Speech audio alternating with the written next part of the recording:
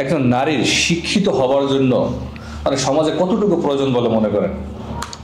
শিক্ষিত হওয়ার প্রয়োজন মানে আমি তো বেশি পড়ালেখা করি নাই, তো অতটা আমি জানি না, বুঝছেন।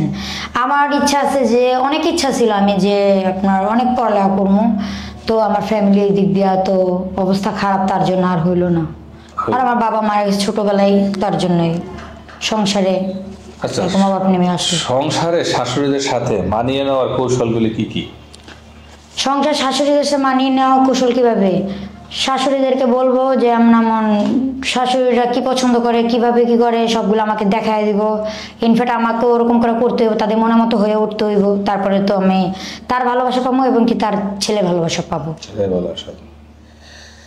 প্রেমের সম্পর্ক চলার সময় ছেলেরা মেয়েদের কাছে কি চায় সবচেয়ে বেশি?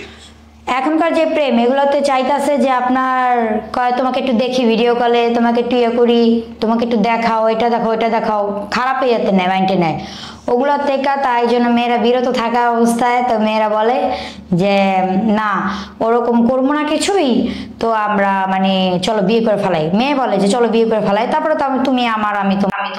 আপনারা যাকে দেখছেন তার নাম তৃষা, বয়স 23 বছর, বাড়ি মাদারীপুর। তার ভাই এবং মাকে নিয়ে এই সংসার। তার বাবা জীবিত নেই। তার উচ্চতা 5 ফুট 4 ইঞ্চি, তার ওজন 50 কেজি। সে ক্লাস 5 পর্যন্ত লেখাপড়া করছে। এসব জেনে যদি কোনো ভাই তাকে বিয়ে করে জীবনসাথী করতে চান, তো ভিডিওর নিচে যে নাম্বারটি দেওয়া আছে চ্যানেল কর্তৃপক্ষের, এই নাম্বারে ইমো এবং হোয়াটসঅ্যাপ আছে।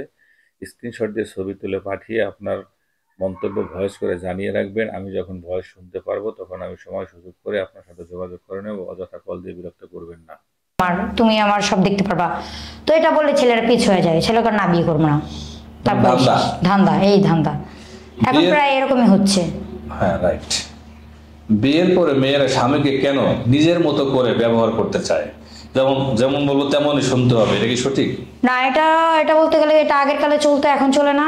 এখন মনে করেন যেমন নারী পুরুষ সমান অধিকার, তো বউ যদি বলে যে বউকে বলে উঠতে বসতে বলে, বউ উঠবে বসবে, তাকে যদি বেশি ভালোবাসে আর তাকে ছাড়া যদি কোনো মেয়ের কাছে না যায়, স্বামী যা বলবো তাই শুনবো।